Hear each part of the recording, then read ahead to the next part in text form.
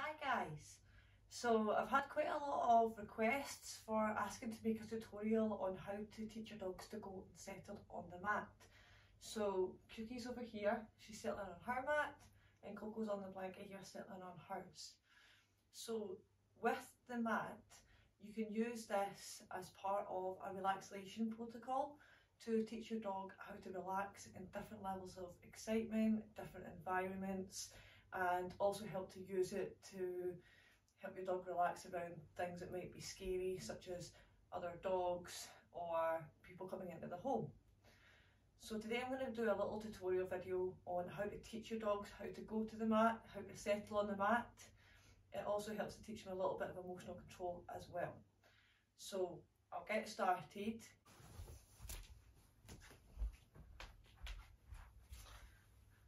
So first of all, when you're starting to teach your dog how to go to the mat, you want to minimise the amount of cues that you are using to teach them how to relax. When you're training with a mat, the end result is that your dog is lying on the mat and is quite relaxed even if you're moving around the home. So if I walk away and go out the room, my dogs are quite happy to stay here and relax unless I say to them that they can okay or break, which means leave their mat. So to start teaching them, you want to teach them it in short, small amounts of criteria over the space of a good few sessions, so that you don't rush it and the dog starts to learn how to do it at its own pace. When you start training them to go to their mat, first of all we have to teach them to go to the mat, then we have to teach them to sit, lie down, and then effectively stay on the mat. Then we add in movement and other types of distractions. So rather than having go to your mat, sit on your mat, down on your mat, stay on your mat, what we're going to do is we're going to use shaping. Now, shaping is teaching things in short increments, and we're only going to use the marker word yes every time the dog does the next criteria, such as a sit or a down.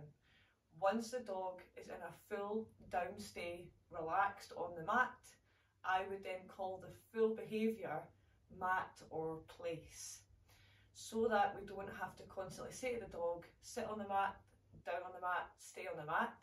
We can just say, go to your mat, and they know that that means go to the mat, lie down and relax.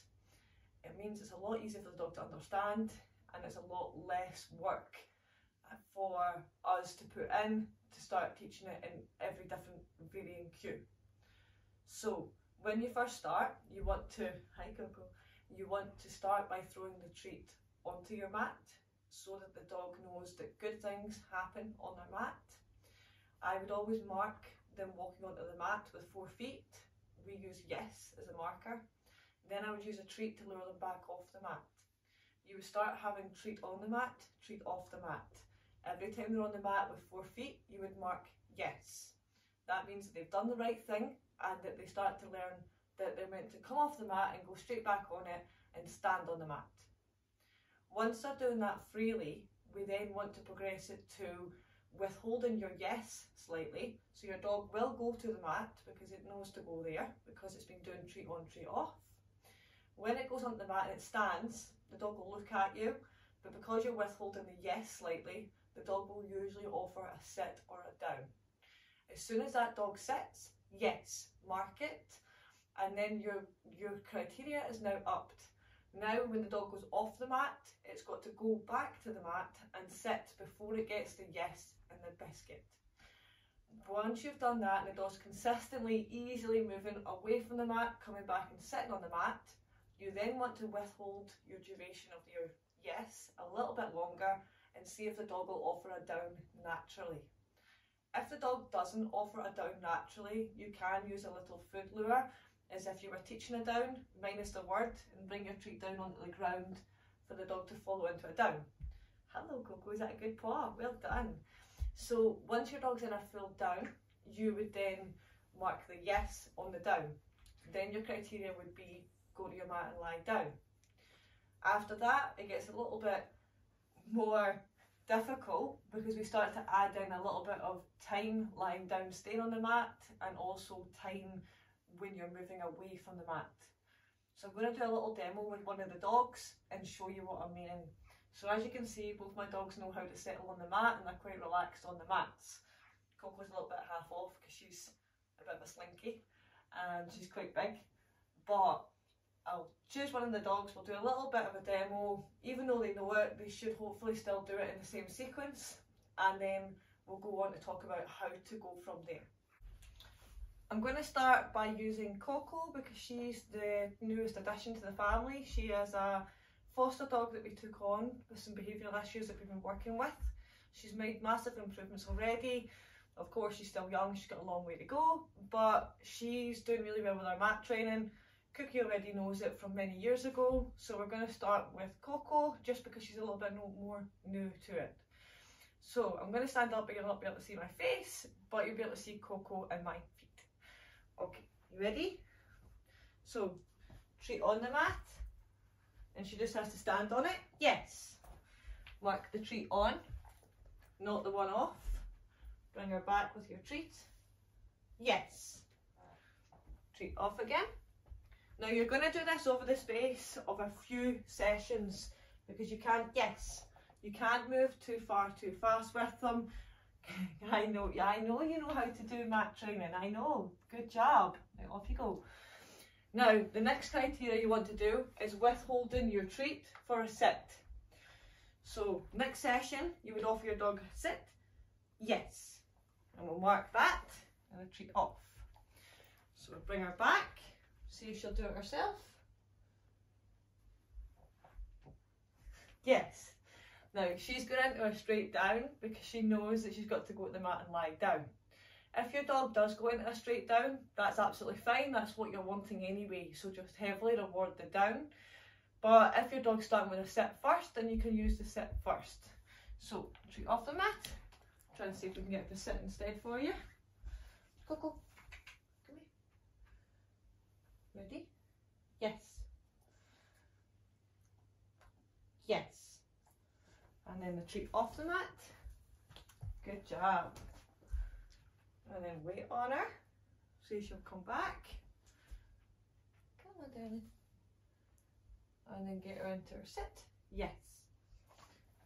And then your next criteria is going to be go to your mat and lie down.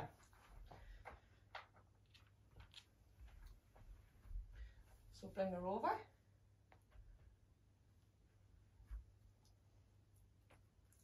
Wait on her to see if she offers the down. Yes. So now your criteria is going to be go to your mat and lie down. Go find.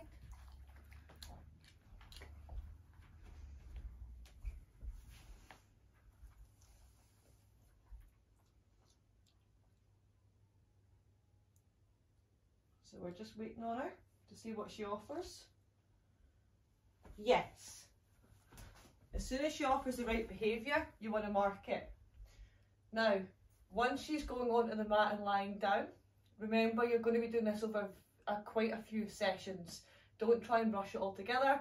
I'm just putting it all together in the one video because my dogs already know it. So it's a little bit easier for me to show you rather than a dog just learning. Yes.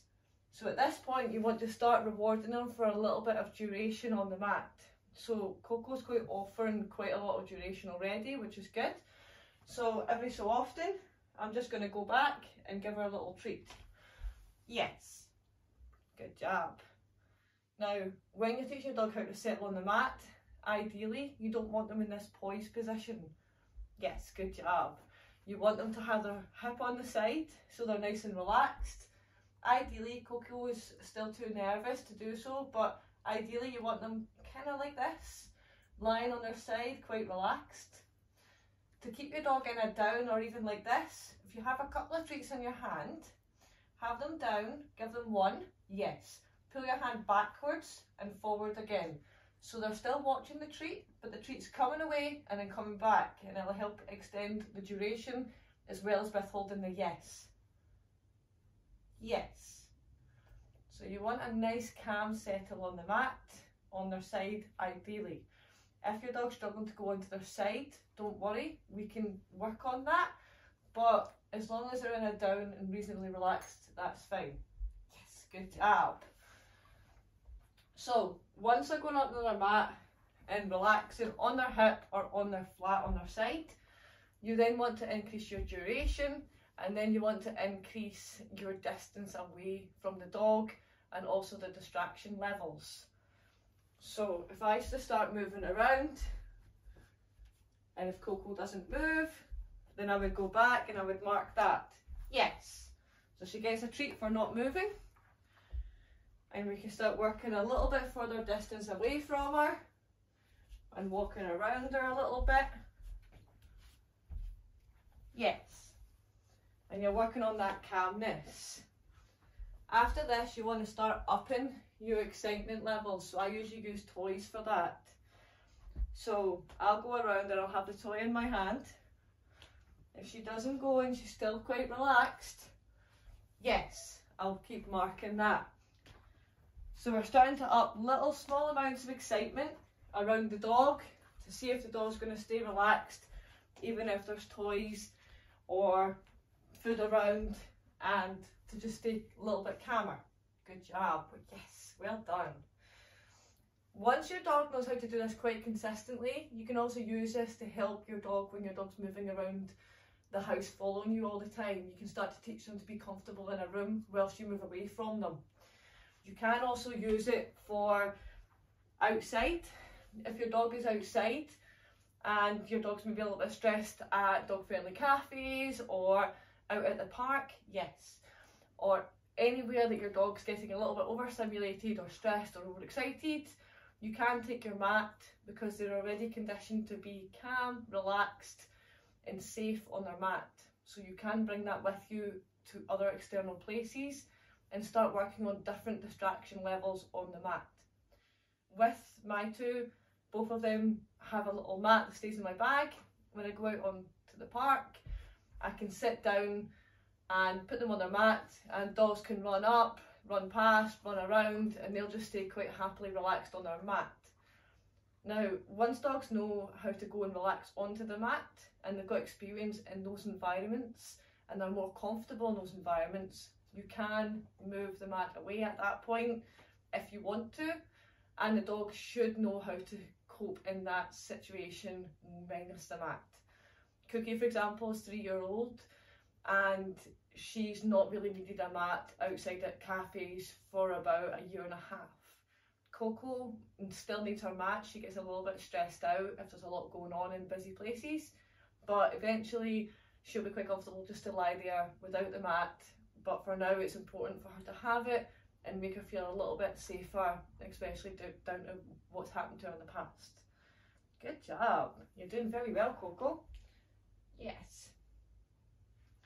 So remember and keep upping your criteria with the mat, but you're going to do it in very short progressions for short 10-15 minute training sessions and doing it over several sessions. Don't try and rush it all in the one session, because if you get a not so good or an inconsistent settle on the mat, then you can't use it to build on anything else. It needs to, when you're working with dogs, you have to have a good groundwork of training. If you rush that, then you can't really do more advanced stuff. Once your dog is consistently going down onto the mat and lying down for a couple of seconds, that's the point that I would start putting a cue on that. So I would either call it mat or place, depending on what you would prefer. You can call it anything that you want, but that's why I use mat or place. So, because Coco already is getting the idea, you can see she's down the mat, she's nice and relaxed. At this point, you would start using the word that you want for that behaviour. So, mat, yes. You know, keep reminding her that's what it's called. Mat, yes. And every time just give her a little biscuit and you're adding in that word. Mat, yes. Then you want to do the same idea, throw the treat off, wait for them to come back on it again. I'll bring it around this way. Mat, yes. And you're doing exactly the same thing. You're working your way around and you're adding in small amounts of distraction. Mat, yes. And you can see she's still naturally going onto her hip at the side.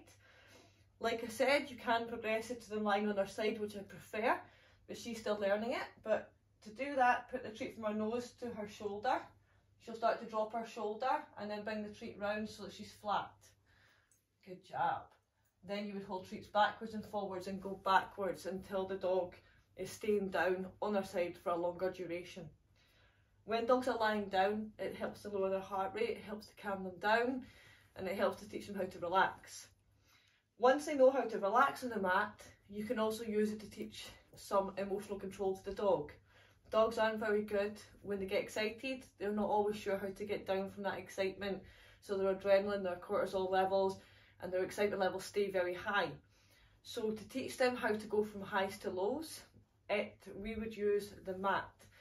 So what I would do is I would get the dog up, get the dog playing with some toys, get the dog a little bit excited, and then I would remove the toy for a biscuit and then ask them to go to their mat.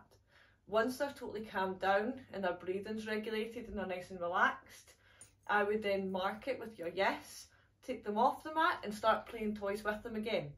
And this is giving them the feeling of how to go from a high level of excitement back down to calm again with a situational place, which means it's easier for them to learn until they generalise the behaviour to other environments. It works well with young puppies who really struggle to calm down when they're excited. They can go to their mat, they can relax here. Once they're on the mat, you can also add in gentle amounts of massage or stroking if it doesn't overstimulate your dog. Some dogs are very touch sensitive. I know that Coco is, for one. If you go to touch Coco, she quite enjoys it, but she gets a little bit excited sometimes. Good job. She thinks I've got a biscuit. I don't have any treats. So you can gently stroke your dog nice and slowly and help them to calm down a little bit if need be. If they are getting excited by that, then I wouldn't touch them and I would work more on touch sensitivity training. I'm just going to give you a little example of Cookie going to her mat.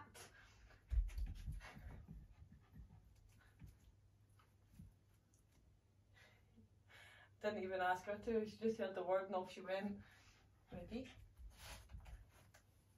Yes, good girl. Good job, Cookie. So yes, when you say mat, your dog should go to the mat and lie down. Every so often Cookie sits instead of down, mainly just because she's been working a little bit on sit and beg work just now, so that's her go-to behaviour, whereas usually it's a down. So as you can see, she's on her mat. As soon as I said it in conversation, straight away she went to her mat, and that's her starting to relax again now. So you want to be able to have it where you can say mat, and the dog knows where they're going and they're going to go to their mat and they're going to relax on their mat. Yes. And with Cookie, I can do the same as Coco. I can move her away, I can move myself away out the room and come back and she'll still stay there. I can wave toys, I can jump around, and I can have her outside around distractions, and she's quite happy to stay on the mat and relaxed. Right, you ready, Cookie? Go to your mat. Good job. So that's what you're after when you say go to your mat. You want the dog to go to the mat, lie down, relax. Then you want a little bit of duration, a little bit of time on that, and then work on distraction level and your distance from the dog. You are doing so good, Cookie. Because I've been doing more training with Coco just now, Cookie's very, very eager to work. She loves working. She does a lot of different kinds of trick work. Go find. Good girl. So she does a lot of trick work, a lot of different fun things. Cookie loves a twist. Good. Can you twist again? And a roll over.